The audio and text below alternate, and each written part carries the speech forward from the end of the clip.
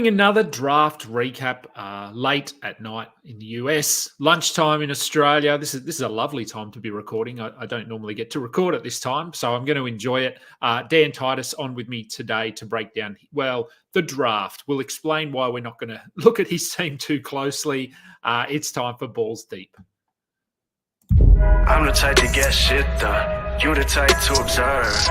March Madness on my speakers, but today's November 23rd. Got something loud in the blunt, yeah. I don't say what I want, yeah. Probably somewhere sunny getting tan. Foreign women in the sun, yeah. That's all that I need. That's all that I need. That's all that I need. Got my brothers with me. Got my brothers with me, and my mama's healthy. That's all that I need.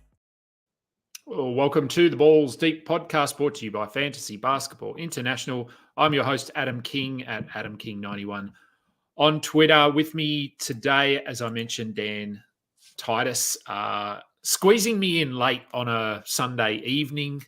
Appreciate it. Love the shirt as well. I've got to give a shout out to the Rodman shirt. How have you been? Good, mate. Been really enjoying watching Olympic basketball, and I had to rock this for you, man. I've had it in my closet for a while, and I'm not pretty sure I've done so many shows with Kingy and I haven't worn it yet. So yeah, shout out to Dennis Rodman. My son was like, "Dad, who's that?" I'm like, "Oh, it's Dennis Rodman." He's like, "Oh, I like his hair." I'm like, "Yeah, it's a good thing to point out, man. That's like probably the most notable thing about him. But like once he starts to Wikipedia, it's gonna be a lot worse." So I'm like, yes, just stick with the hair for now. Yeah, no need to go any deeper than that. Let's start on the Olympics just very quickly. I mean, it's relevant. It's happening now. The US, pretty comfortable win overnight. I think they played at like 1 o'clock here in the morning, so I didn't stay up and watch it. But saw this morning that Jason Tatum just did some bench warming. Rotations were curious. Jokic probably needs to play every minute of every game by the looks of things, because they weren't good without him on the court. What were your thoughts about the US's first hit out? Yeah, I feel like much like the regular season, I feel like you got to question Steve Kerr's rotations. I think at this point, Joel Embiid doesn't look like anybody's starting center at that. Like Anthony Davis is just way more versatile and dynamic, and Embiid just doesn't look all the way conditioned yet. I don't know what it is, but like he's just not an international basketball player, like in my opinion, at least for the style of play that the U.S. is playing. And Serbia had played with like a super high pace to start the game, and you can just see him just kind of lagging behind. I thought Bogdanovic is probably going to be a guy that's going to need to play better for Serbia. Also, Nikola Jovic, he didn't really play that much. I know he's coming off of like a back and an ankle injury, but I think if Serbia is going to try to get out of their group, they're probably going to have to play a little bit better to support Jokic there. But I mean, I think the U.S., for the most part, really kind of found their groove. Like Kevin Durant, like he was unconscious. LeBron James still continues to defy father time. So as long as those two look like that, like this team's going to be fine. The question I have is like, when are they going to like make some adjustments to this rotation? And it's like Jason Tatum, there's no reason he should be not getting in the game before Derek White. Halliburton hasn't really played in the scrimmages, so I wasn't surprised to not see him out there. But I guess Tatum got benched because Durant is back. But I'm like, I feel like you could figure out a way to get Tatum somewhere in your rotation there. So yeah, I got to see what Steve Kerr has cooking up. But for the most part, I think it was a good first outing for U.S. over a 20-point win for a game that was pretty close for at least the first quarter. And then thing kind of got out of hand after we got to the second half. Yeah, and I think, US should finish top of their pool. And as you said, if to get out of that into the next round, Serbia are going to have to improve, and they're going to have to play South Sudan and Puerto Rico, which was the early game, which I actually managed to watch. And I don't know. I mean, South Sudan, they pushed the US in the trials, warm-ups, whatever we want to call it. You don't read too much into that, but they play with a lot of passion. They're very long. They're hitting their threes. Do you think they're a chance against Serbia? Yeah, I mean, I think that you said it best. Like, it's like they're the pride of these countries playing, and some of these guys are NBA players, right? And some of them didn't get a chance to really get significant minutes. So the fact, I feel like Puerto Rico can be beaten. South Sudan might actually be a live threat to actually come out of this group, which would be awesome for international basketball. But yeah, we'll see. I think it's going to be pretty close. Like, I think US is going to dominate, and then we'll see how the other three kind of battle it out for that last spot. And so shifting over to the mock draft, as I said, we're not really going to focus too much on your team because you were, by all accounts, ready to go, and then a family matter came up, and you had to auto draft. Definitely not my favorite thing to do. And usually when I auto draft, like if this is like an actual draft, I will plan for someone to be a backup in the worst case scenario. And not saying that this mock draft wasn't a worst case scenario, but I was like locked and loaded. And then I get a call from my kid's school that I got to go pick them up. Yeah. And then, so yeah, I didn't get a chance to see it, but I was happy with like 2 or 3 picks. And then the rest of it, that's definitely auto draft territory there. So yeah, let's talk about what not to do when. Yeah, and if you are auto drafting, set a queue. I guess something. So we'll just go round by round. We'll just talk about a couple of players. First round, no real surprises for me in the top 4. I think they're probably our consensus top 4 heading into this season. And I think you could even make a case for Wemby and Jokic being consensus top 2. I think for most people, it's out of those 2. I haven't seen Shea or Luka go above either of those in many spots. Once you get to 5, it's a bit of a crapshoot, really. Giannis went at 5 here, which is fine. I mean, look, if you're happy to punt free throws and you're convinced he's going to be healthy, then that's fine. I want to talk about Joel Embiid. You mentioned him just briefly regarding his performance in international basketball. Do you think NBA teams are watching this? And I know the rules are different, and the fact that in the international rules, you can basically just throw big bodies in the middle of the key and leave them there. That's how I grew up playing. That's how that's the rules, the rule over here. So you can't do that in the NBA, but do you think teams are going to watch how he's being guarded and how people are shutting him down and try and sort of convey that into the NBA game at all? I think that'll be difficult. I think that this is just more about an adjustment for Embiid and not really playing in this type of setting. I think at this point, a lot of the shots he was settling for were the standard mid-range jumpers that he always takes. He wasn't really playing too much on the block, got a couple fouls in there early, but he always has difficulty with Jokic. So, I think I'm going to throw this one kind of out, but at the same time, I am concerned about his conditioning. I am concerned that he's not learning how to play unselfishly with like such a deep team around him. And, this should be the point of which, he should be taking this in stride of like, oh, how can I play with so many high usage guys and be able to pass the ball, play off of them?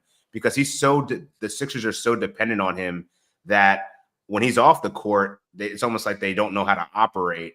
So, I feel like if it would be in their best interest and for his health and longevity, if he just shared the ball a little bit more. And we'll see. I think, and it's very early in the Olympics right now. Like, I think there's still time to kind of learn this, but he just can't play this way or else he's going to get hurt.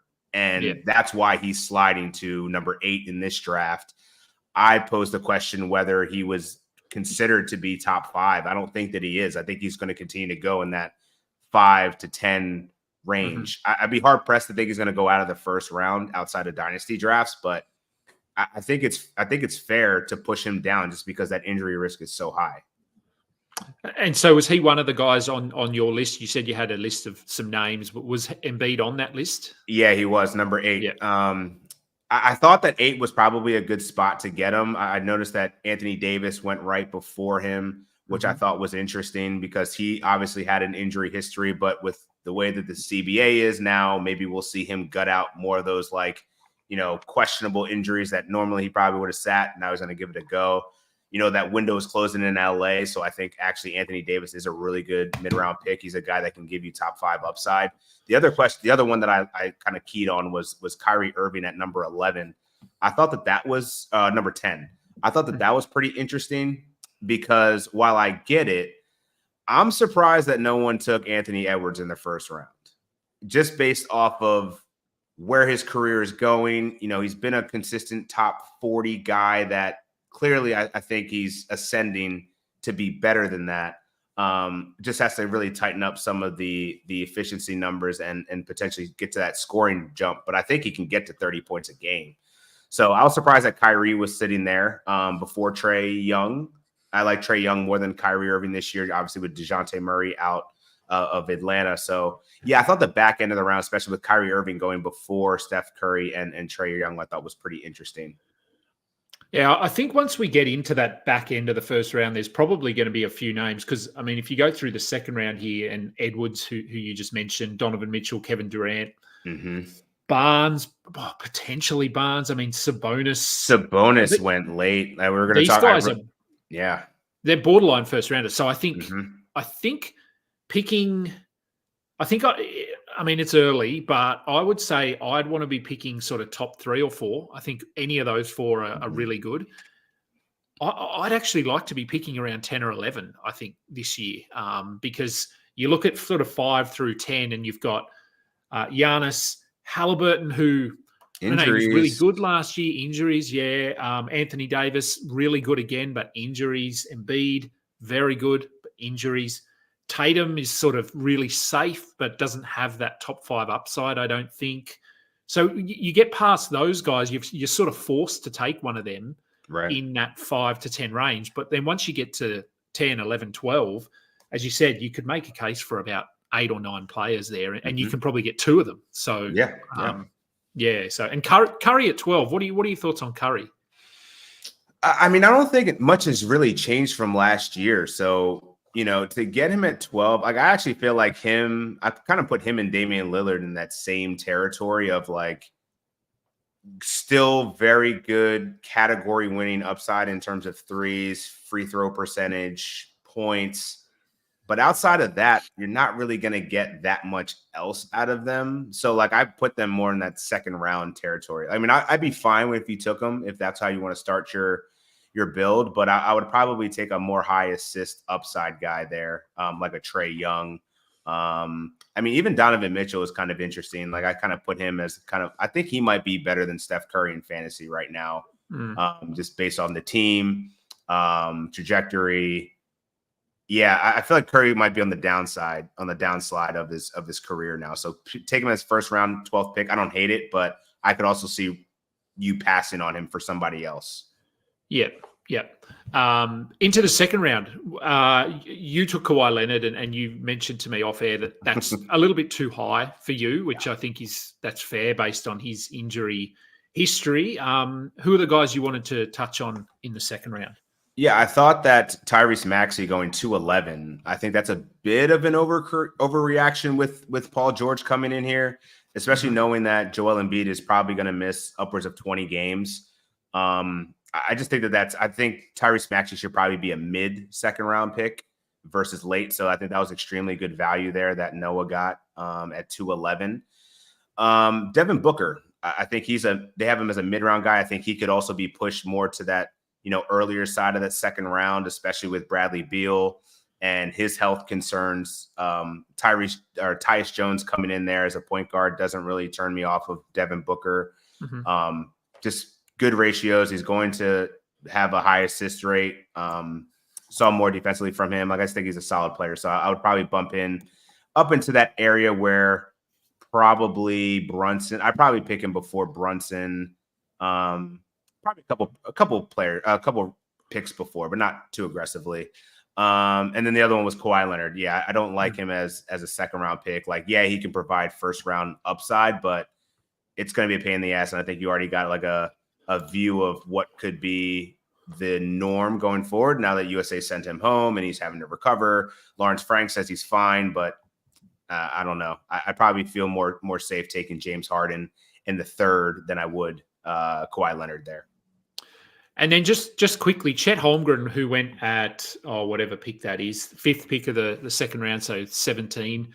Do you think Isaiah Hartenstein sort of cuts into his ceiling a little bit, or we're still happy to be taking him middle of the second round? I think he could still get 7 to 8 rebounds a game. I think that there's going to probably be a staggered lineup where Chet will go back to playing center. So I'm not really too concerned about the blocking potential for him. I don't expect. I mean, this could have been an opportunity for him to get 10 rebounds a game if Isaiah Hartenstein wasn't sitting in the post with him. But Hartenstein's a good passer. Maybe this will actually help him offensively a little bit in the short roll, get him some open looks closer to the rim. But I do like Chet Holmgren where he was drafted there. I think that was a really good pick. Who's that? Fifth? Filthy, that's Skitty. Yeah, Skitty. Yeah, that's a good pick. Yeah. That's a good pick. Third round, you mentioned James Harden going first pick of the third round here. I think he pushes inside the second round as we get closer to September, October. I guess one guy I always like to talk about one player, and that's LaMelo Ball, because I'm still really high on him, but the injury thing is real. Obviously, part of it I think is the Charlotte thing is real, and they're not. They haven't been motivated to sort of push him and bring him back. So I do think that potentially he could have come back last year, but didn't. Are you okay with him in the third round? Yeah. I still think he has first round upside, but no way I'm drafting him there. I think I am. And like if I had a choice between like Damian Lillard and LaMelo Ball, like I think at this point, I think I'm probably going to go with LaMelo Ball just for the upside of it, because when he does play, he's a top 20 player. The question is their health. And I think he's got more weapons around him with Brandon Miller there, Miles Bridges re-signed, Mark Williams hopefully will be healthy. This should actually be a better basketball team. So maybe that will keep him a little bit more motivated. Hopefully he does enough of the off-season rehabilitation and training. Maybe he's getting a new shoe or, I don't know, some ankle braces, something to kind of make sure that he can get his ankle together. But I think that he could actually end up being one of the steals of fantasy basketball this year if he can stay healthy, right? Because he's going to be going upwards of 2 rounds after where his actual value could be. So, I actually love that LaMelo Ball pick, early third round. The one that actually was right after that kind of piqued my interest was Jalen Williams in the third round. That seems a bit early for me, especially when Alex Caruso is going to be coming in there, Isaiah Hartenstein. Not that they're going to be taking away anything from offense, but I think it's just a more well-rounded first unit. And maybe that's more assist potential. I don't know. But like I just feel like third round's probably a round higher than I would go for J-Dub. I think fourth round is fine because I think that's where he's probably going to settle in when it's all said and done, probably like a top 40, top 50 player. Yeah, and he was 41 last year, and Giddey's gone, Caruso is there. So yeah, look, I think it's probably fractionally high for me as well. I guess using an example of someone that was picked on your team, Jalen Johnson and Jalen Williams, who say if you had to pick one of them at this pick, would you go with Williams or would you prefer Jalen Johnson? Johnson, just for the opportunity. I mean, there's not really many players to really compete with in terms of like usage rate there. It's really Trae Young and then Jalen Johnson second in the pecking order. I think you could argue Chet. I mean, Jalen Williams is definitely probably second on the pecking order in Oklahoma City. I just feel like the upside of what Jalen Johnson can bring defensively from block steals, threes, assists, like he does literally everything. So that's like the one pick of this draft in the fourth round. I got Jalen Johnson like that. I thought that was a steal because I actually have him as a third round value this year. Yeah, I was very surprised that he fell that far. I was talking with DMAC on the show earlier today, and I don't see him falling this far once we get to real drafts. I think he'll go inside the third round. Second round, do you think he'll get pushed that high? I feel like third, maybe late second, but I feel like third. He's probably going to sell in that third round, probably like mid to late third. I feel like is going to be where his consensus kind of ends up. Yeah. I'm worried that he'll be that guy this year where the hype pushes him too high and the ADP just takes away all the value. Like the Cade Cunningham of last year. Yeah. And that's, I guess, probably the only benefit to doing early drafts. If like we sort of preach, wait until October to do your drafts because of injuries and rotations and that sort of thing. The only benefit to doing a draft now is what we saw there where Jalen Johnson went at 40, whatever. And that isn't going to happen in a month's time. So if you want to start a league and do a draft now, you can get some value. Anyone else in the fourth round there you wanted to touch on? I want to go back to the third real quick. Okay, it could have been a 4-1 too, though, because Alex Raikling got Paul George 312, that's robbery. Yeah. I don't know. I think so. If I could take this back, I probably would have been drafting Paul George around. I mean, I don't mind De'Aaron Fox there, but I am a little bit concerned that DeMar DeRozan has come over there. That's definitely going to cap his ceiling a little bit in terms of just usage going elsewhere. Whereas Paul George, I feel like he's one of those guys that you can fit him into any system. He's going to give you 25 and 5 with the potential of 2 steals, some threes. He's going to sell in really well for Philadelphia. So I think if you look at the efficiency that I think he will have playing alongside Joel Embiid, he's going to have higher assist numbers. He should be way higher in this third round. Like he should be like probably early third to mid third versus like back end of the third. Yeah, I think people are sort of scared off by that going to Philly and potentially being the third wheel, but I don't really see that. I think on any given night, you could even argue that, well, I know you're a Philly fan. The hope would be that there would be nights when Embiid defers a bit more, and you touched on that, sharing the ball, getting teammates involved. And when you've got 2 offensive threats like Maxey and Paul George, it makes sense. So I think there'll be nights when Paul George will be option 1 if he's got his shot going. So he'll still get some 35, 40-point games. And, so back end of the third, and he was a first rounder last year. So, I think he'll be – I think once the novelty or the initial impact of this trade is done and people start to actually calm down a bit, he'll start to slowly move back up towards the top end of that third round, I think. I agree. Fourth round, anyone? Fourth round, Emmanuel Quickly, 4-1. I'm impressed by it. I don't know that I would go that high. I was probably thinking 5th round, hoping, praying that he fell to the 6th round if you're in like a novice type draft. But I love the ambition of it. I love Emmanuel Quickly this year. Played very well with Scotty Barnes on the floor. Toronto didn't do anything else to really bolster their team. I love Quickly coming into this year. So 4-1 is a bit early, but I'm not mad at the pick at all. Yeah, we talked about that, D-Mac and I earlier, and I'm a fan of that pick too. I think I don't think he has top 30 upside. I'm not sure it's there, but he did look good in Toronto. In the 5th round, now your pick here was Kristaps Porzingis, and this is our example of why you need to set a queue or don't auto draft because no injury. This is a great pick, but with the injury, I think I talked about it on the show.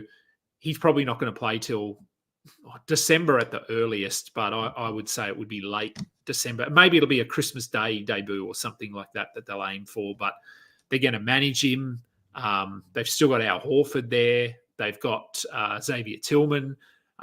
Cater looked good in summer league. So they've got a little bit of depth there at the center spot, power forward spot. So we can both agree, I think, don't draft Porzingis this high.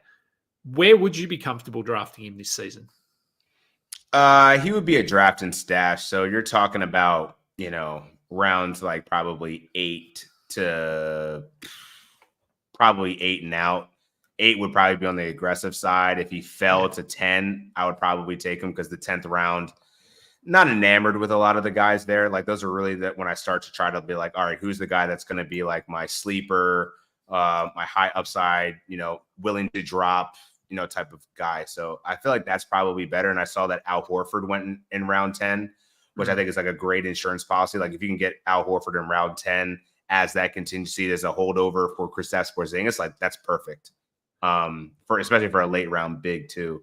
But yeah, I feel like Porzingis, there's going to be people that are going to be drafting him too high, assuming like, oh, this guy just came off a championship, not really knowing what his injury history is. But like, yeah, at this point, I would not count on him until December. And if you want to waste a draft pick earlier on than that, like you feel like you have to reach, there's a Boston fan in your draft and you got to get him, then go do it. But I'm not really for the draft and stashing just because, like, especially with obscure injuries like Porzingis is. Like, we don't know really when that timeline's really set. He doesn't have one yet. And who knows? Boston could dominate the same way they did this past year, and then you're not even rushing them back. So, yeah, a little bit of risk there.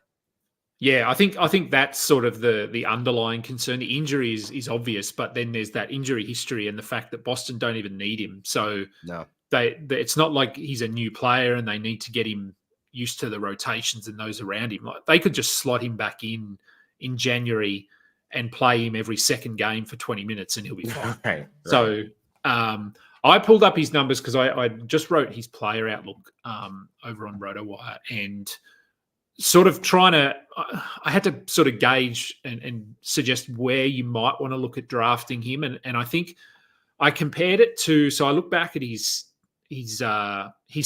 season by season, and the 2020-21 season in Dallas, he played 43 games. And I figured that's probably best case this year, 43. If he comes back and plays most games. And in that year, he was a top 80 player, I believe. Where are you? Top 90. Top 90 player. So I said that's probably about as high as you want to go to take him. And that puts him in about that 7th or 8th round. But I'd be much more comfortable getting him, as you said, round 10, if he slides that far. So time will tell. 5th round, anyone else? Anyone on your list? It was really just KP. I actually really liked the 5th round and what everyone did there. That was, a lot of value in that one. I thought Mikal Bridges, I was talking to, I saw Matty G about Mikal Bridges. He really loves Mikal Bridges. 5th round to me feels like that's probably going to be more or less his ceiling. There's just so many mouths to feed in the Knicks that, which is actually a pretty good segue into round 6. OG Anunoby. Not a fan of him in the 6th round because, like, I feel like if you're going down the pecking order of who's going to get shots up and what the skill sets are, OG was phenomenal from a plus minus, actual basketball impact perspective. But fantasy wise, he's never going to average more than like 14 points a game. Not a great rebounder. Awesome for stocks and threes. But like, if you're really just doing stocks and threes, do you want to pay a 6th round grade for that? Yep.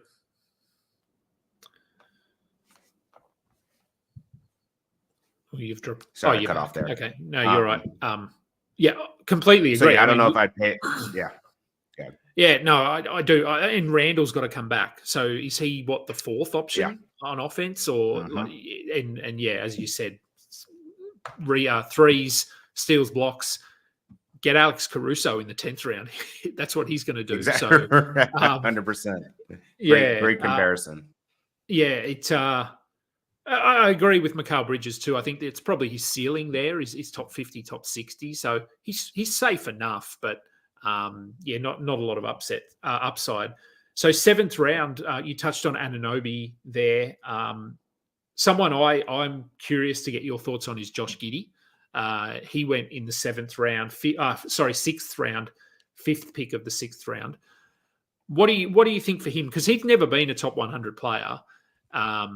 Where we're sort of drafting based on potential and what we saw during his rookie season. Is Chicago a good landing spot for him? And what do you think he can do this season? I think it's a great landing spot for him. I mean, if you punt turnovers, he was a top 70 guy a year ago when he was actually getting, 20, when he was getting 30 minutes a night. I think that there's a legitimate possibility this could be the first time that he's actually like top 75 in all categories. Because he just has the counting stats and he looks great for Australia right now. He's doing everything. And I don't see there's going to be any kind of hindrance to him doing what he does. Like, I think before you're playing with SGA and emerging J-Dub, like I think it kind of closed in on him very quickly. He didn't really have time to really showcase his game. Where in Chicago, I don't think Lonzo Ball is going to be coming back. So it's going to hurt Kobe White a little bit, but I actually feel like Josh Giddey has a really good opportunity to be a points, rebounds, and assist guy. Will never really be much defensively, but he's shooting more threes now. Maybe he can give you like 1.3, 1.4 a game. But I think he's going to get counting stats. So if you're punting and you have a build that, maybe want to pair him up with like Giannis or some other guy that's not really good at free throws, but good at stat padding, I think Giddey's going to be really solid. Yeah, and he has looked good playing for Australia. And if you are watching the Olympics, don't draft Paddy Mills, despite the fact that he's so good in Olympic play, though. He's so good. Yeah, he struggled in a couple of the warm-up games, and there was a lot of stuff in the media about, is it time for Paddy Mills to move to the bench, and is his time done? And anyone who knew what they were talking about was like, no, we don't move Paddy to the bench. Wait till we get to the Olympics and you'll see. And we have. Matthew Dellavedova, on the other hand, I'm not sure why he's there, but I saw him on the roster. I'm like, how is he still playing? But he's probably just that moral support, kind of like Rudy Fernandez for Spain. Yeah, look, he is. But when you leave someone like Matisse Thybulle at home and take Matthew Dellavedova, it didn't hurt us against Spain. But I feel like when we play Greece and Canada, not having Thybulle out there defending the wing is going to hurt us. But anyway, time will tell. That's a good point. 7th round. Anyone there? So we talked about it before we hopped on, and there's some situations of players that are on the trade block or rumored to wanting to be traded by their organizations that hasn't happened yet. And Clint Capella is one of those guys. So seeing Okongwu in the 7th round, I think is a bit early, not knowing that, we don't know the future of Clint Capella yet. If Capella's traded, that 7th round pick is going to look really solid. But right now, for where things stand, I think that's a bit early. I also thought it was interesting that Brandon Ingram went after Trey Murphy. So again, until Brandon Ingram is off this team, I can't draft Trey Murphy ahead of him because I think Trey Murphy might still have to come off the bench at this point. So I think that those ones could shake out to be like, if this were an actual draft and you're looking ahead, like this is a great looking ahead type of move. But right now, I think you got to, and actually I feel like Herb Jones also went in the 7th round, which I was like, that might be too high for him just based off what his skill set is, like stock specialist for sure. But 7th round, a bit too high for me. Also, Walker Kessler, John Collins is still there until he gets traded or more things happen. I mean, Kessler's been rumored to be traded, right? He could be moving to a backup role for another team potentially. So too high for me for Walker Kessler. So a couple of reaches there in that round. Starting off the 8th round with one of the players that I think is going to be on the lips of a lot of fantasy managers, and that's Cam Thomas, who it looks as though he's going to be option number 1 on offense there in Brooklyn. Is this okay, this range? So what are we in 7th round? So like this 85 feels okay to me, I think. I love it. I love it. I've been high on Cam just because I think there is playmaking upside there. It's only Dennis Schroeder that's on the roster right now as their point guard. I think that he's one of the youngest players in the league to have over a 25% usage rate. He's going to be shooting a lot, and that could end you up in like a Jordan Poole territory of inefficiency. But I think that he's going to be better than that. And for where you're getting him, you're not drafting him in the 5th round like we were drafting Poole last year, right? Like you're getting him in the 8th round. This is a guy that can be one of the top scorers in the league and has some potential to boost his assists. So I do like Cam Thompson in the 8th round. I think that's a really good pick. Yeah, and if you look at him last year, he finished at 129th. But if you look at him over the last 3 months, last 2 months, last month, he was basically top 80. Averaging 25-ish and 4 rebounds, close to 4 assists. If he can get up to 0.8 steals, I mean, he was at 0.7 last year. If he can edge that up a little bit, his shooting is not as bad as people make out. I know he takes a lot of questionable shots. He just takes some contested shots that are just so tough, but like maybe that's just his shot. I don't know. Look, I don't know, but I mean, he was at 44% last year, 44% the year before. I mean, that's not terrible. Fred VanVleet's at like 39. And I know he has steals and assists and he has a lot else going for him, but 44 isn't necessarily punt territory. he's very high volume and going to be stupidly high volume. Although we did say the same thing about Jordan Poole. So could this be a situation where like we saw with Poole, all this expectation is placed upon him and he just comes out and falls flat and does nothing for the first 4 months of the season? Or are you a little more confident in Cam Thomas? I think I'm more confident in Thomas just because the draft capital isn't as high. Like unless we're talking about, Thomas going 5th round, then I'd be like, okay, maybe we're getting too crazy with the expectations here. But 8th to 10th round, like 8th and 9th round, if you're getting Cam Thomas, like I think that actually could be like a really good value pick, because I think that right now you're drafting him at his potential floor. Yep. There could be a ceiling for top 60 if he has a really good season, right? So I think that's actually a good spot to get him, and you could probably get him later. I think that was probably a sharp spot to get him at. I think he's going to end up falling to like round 9, maybe. Anyone else in round 8 that warrants discussion? Alex Sarr, I think that's a fun pick, but like I don't know that he's quite there for an 8th round pick for me. Like what I saw defensively, but Summer League, which you could take with a grain of salt, but like he was just forcing the issue entirely too much. And there's going to be more weapons there. Jonas Valanciunas is there, Jordan Poole. They still have Kyle Kuzma on the roster. I just don't see where Sarr can kind of fit in as an 8th round value right now. He's more of a late round pick for me. Yeah, I mean, I think he's going to have that floor because of the blocks and the rebounds. But yeah, as you said, offensively, he didn't look great. We actually watched him a little bit here in the NBL in Australia when he played here last year, and he's better than that. Like it was certainly not a high point, I wouldn't think. Moving away just quickly from this draft, and someone I think I was sort of not comparing him to, but watching Summer League, and you were there. Kel'el Ware in Miami, what were your thoughts on him? Because I thought he was a standout for them. And could he start alongside Bam? Is that something that Miami are considering? I mean, I've been seeing rumors of it, or at least a possibility of it. I mean, Bam is playing the 4 for Olympic basketball right now, and I think most would probably agree size-wise, Bam is a very versatile 4. I think there's going to be points in time where they're going to have to play Kel'el Ware with him because he's just that good. He was one of my stars of Summer League. When I first saw him in the California Classic, I'm like, who the hell? Like, I thought he was going to be a good draft pick, but like seeing him live in 2 different scenarios, just be an absolute dominant force. From the blocks, the rebounds, he can stretch the floor. He just looks like he's ready-made for the NBA right now. So I was actually just scanning the draft board, and I didn't see anyone take him. No. He's a guy that I think is going to jump up and probably be that like I would draft him. I would take him over Sarr right now just because I think that he might have like a legitimate path to playing time, and he doesn't need a lot of minutes to do what, to be successful in fantasy. Like he seems to be pretty efficient. I think he's going to be a pretty good free throw shooter. If he can get a block and a half already with like 8 boards, like he's going to be fantasy relevant. So I love Kel'el Ware. Can't say enough good things about him.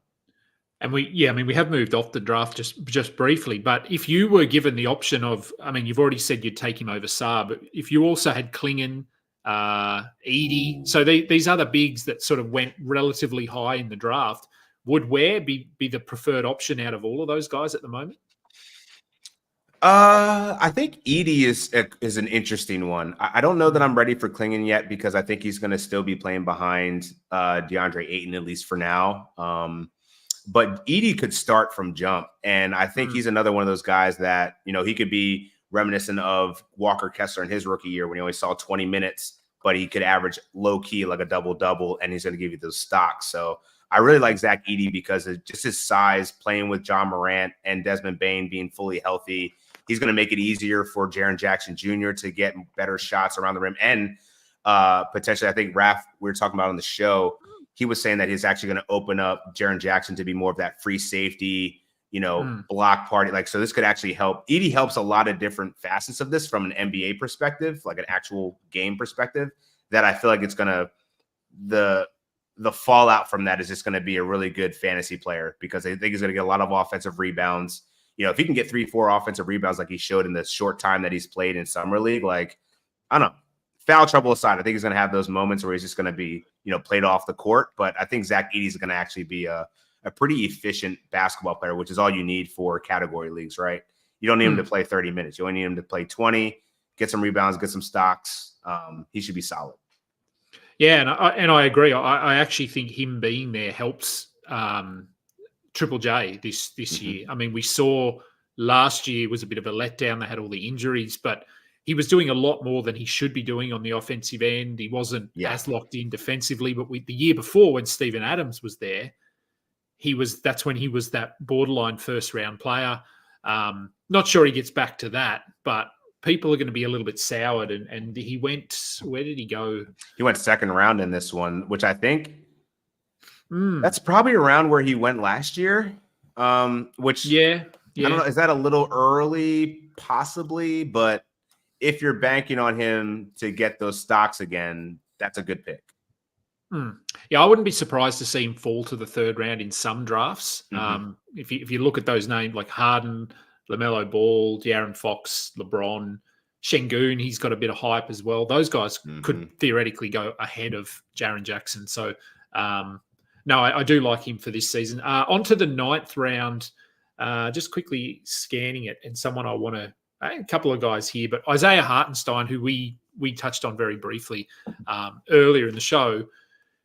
What do you think his role looks like here? Because, this is one of the situations I'm really not sure. I think they could start him alongside Chet, but I'm not sure they will. But I'm pretty sure they'll at least share the court at points throughout the game. Yeah, I feel like for what the contract is, I feel like the money tells me he's going to start. But at minimum, they're going to at least have some floor time together.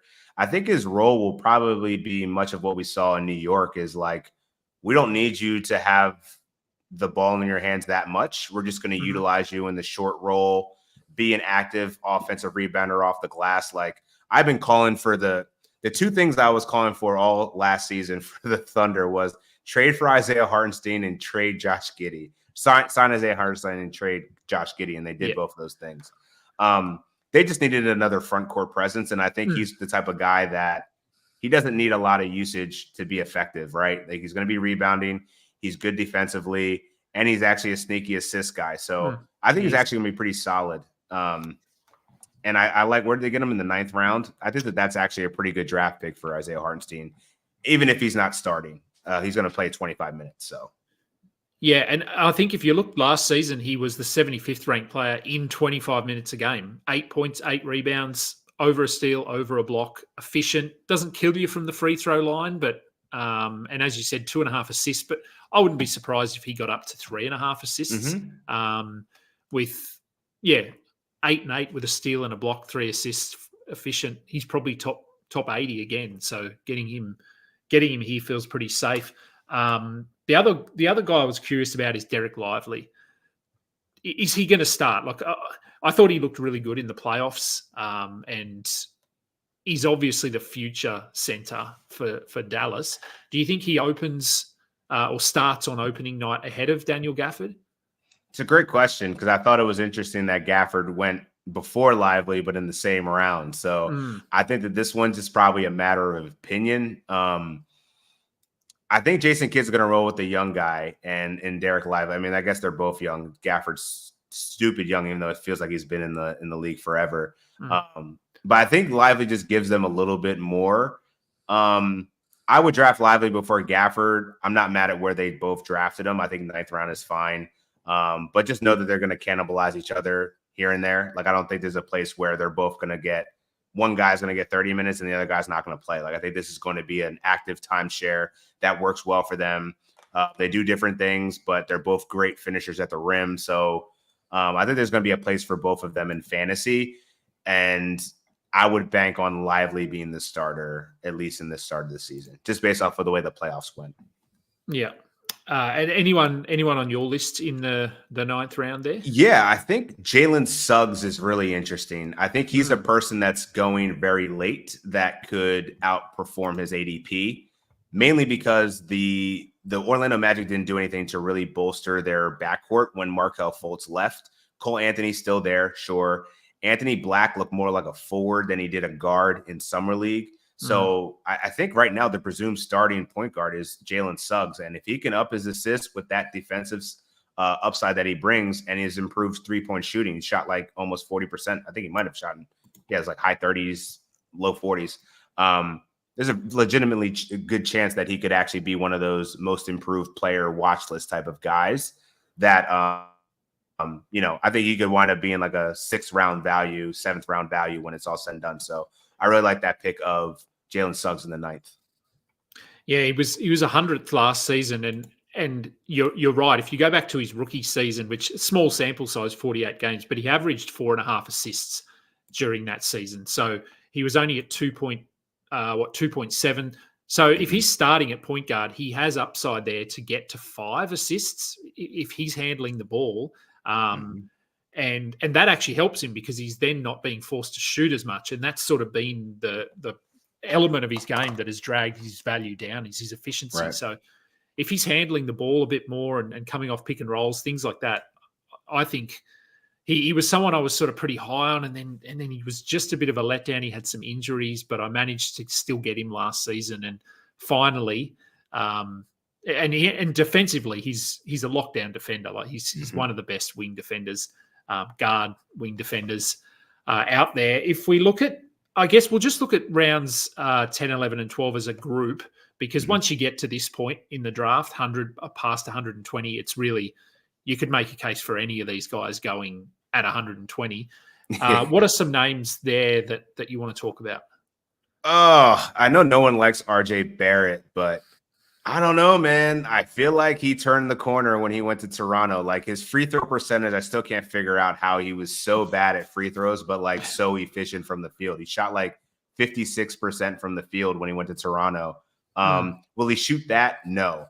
But I think I think in this system, he's just working better as like what his skill set provided. Like I feel like he was never really a natural fit with 2 lefties and Julius Randle and Jalen Brunson also being the third wheel.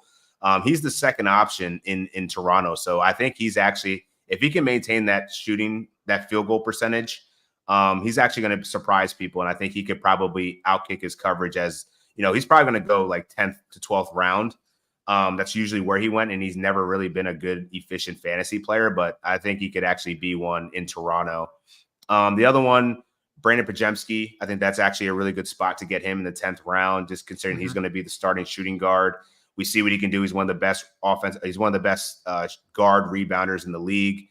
Has some assist potential there. He can run he can run the unit if he needs to. Just think it's a good opportunity for him to be better. A surprise to see Jaden Ivey there, considering how many shooting guards and wings the Detroit Pistons signed this offseason. Like, I think he's going to play just because of what their roster construction is, but I just feel like he's going to be looking over his shoulder for Tim Hardaway Jr. to chuck up some shots, Malik Beasley. I was just disappointed to see that they invested in the veterans to kind of even that out. Probably makes sense from a basketball perspective, but from a fantasy standpoint, I just think it just adds way too much competition for the guard that, really hasn't really had a legitimate chance to just run with it. Killian Hayes was in the way. Quentin Grimes was there for a minute. He just never really had a chance to shine. So I think this just muddies his fantasy outlook for me. And then CP3, I think he's a great late round pick. Obviously, he's playing in with the San Antonio Spurs, so he gets Wemby. I think he's going to be a really nice back end point guard for you to get if you miss out on some of the high end guards in the beginnings of the drafts. If you need assists, if you need steals, he's still capable of that, even if he's not playing, 32, 33 minutes like he was in the past.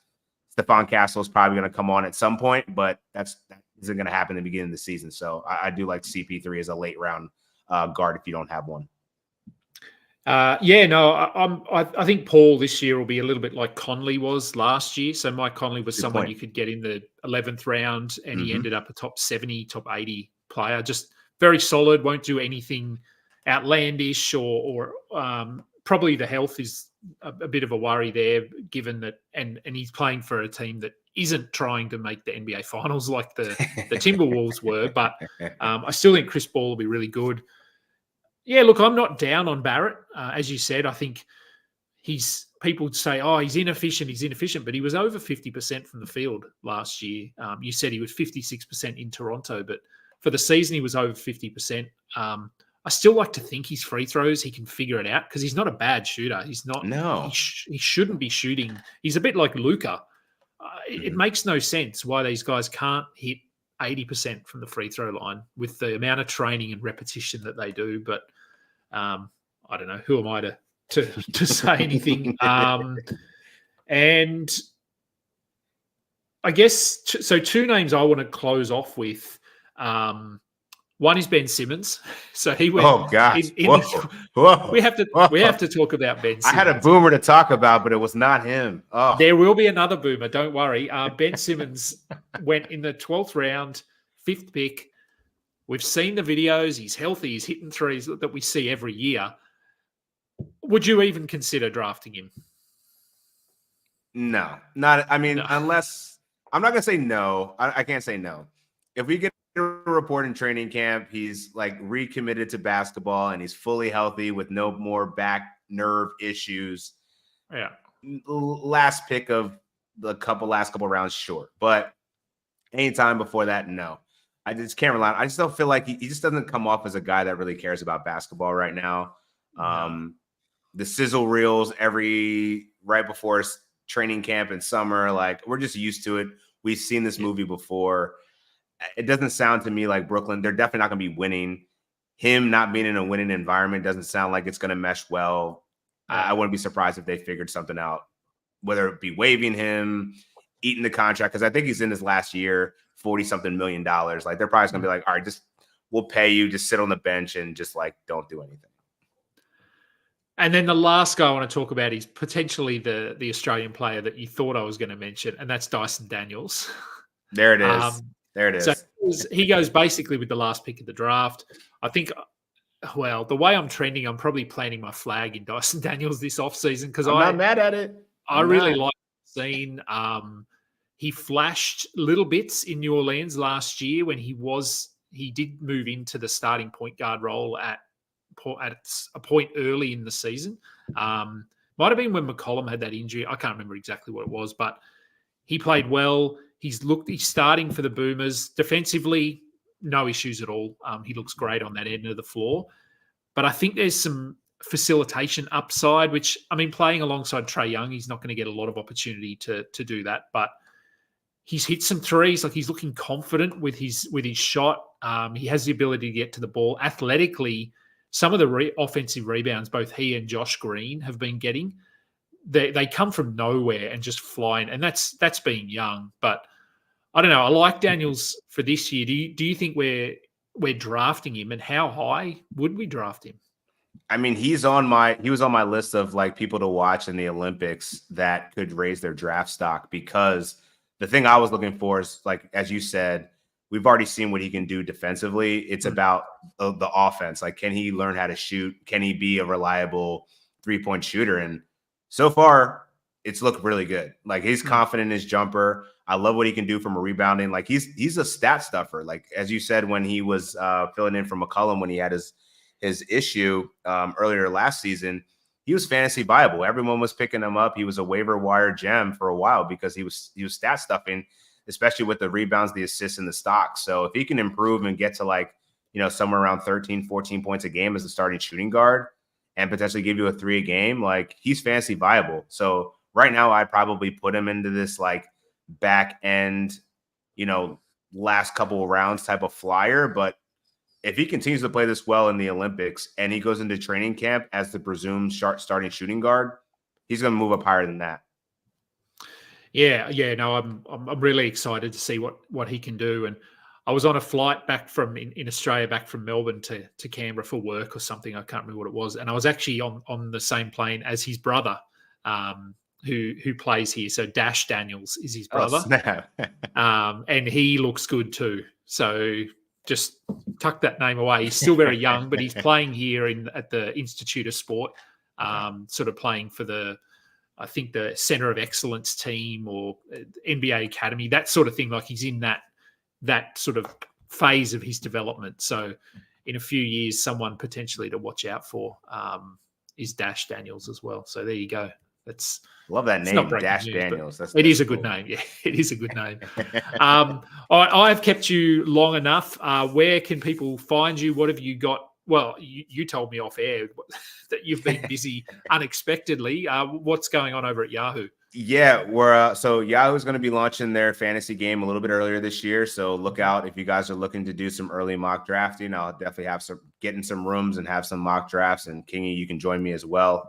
So we're going to be opening up early August this time. So I'm doing my rankings. So look out for my rankings as well as just content throughout the summer, man. I'm going to be definitely doing some revisionist stuff on the Olympics, how that affects the regular season. We have some aging veterans on several different teams. So how that will affect potentially load management, something that I've been looking at, as well as, just getting ready for the next season, man. It's coming by super quick and everyone's talking about football, but this year-round basketball cycle is just as crazy. So always something to talk about. I'm sure there's going to be more trades. So just continue to tap in.